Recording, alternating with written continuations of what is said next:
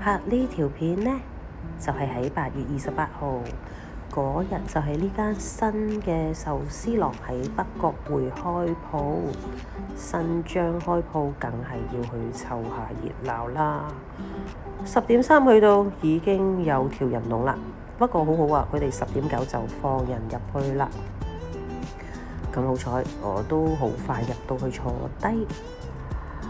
依間鋪呢，我目測就好似嗰啲4人卡位多啲嘅，咁所以我都有機會坐到呢個4人卡位，十分之寬敞嘅。咁我個人就比較麻煩啦，2隻豉油，1個華沙比。咁最主要今日新鋪嚟係食咩呢？就係食呢個12蚊嘅大拖羅刺身啊！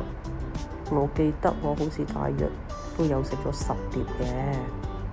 咁當然啦，你都唔可以希望佢會好厚切俾你。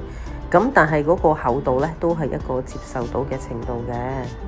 咁當然啦，新鋪開張又係第一輪，樣樣嘢都好新鮮，好好味。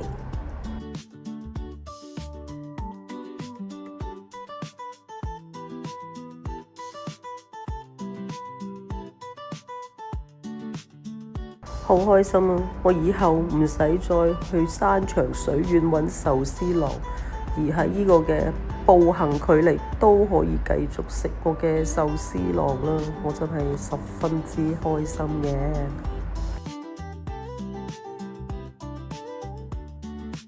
咁話到明新鋪開張，梗係有啲禮物送啦，就有呢個嘅環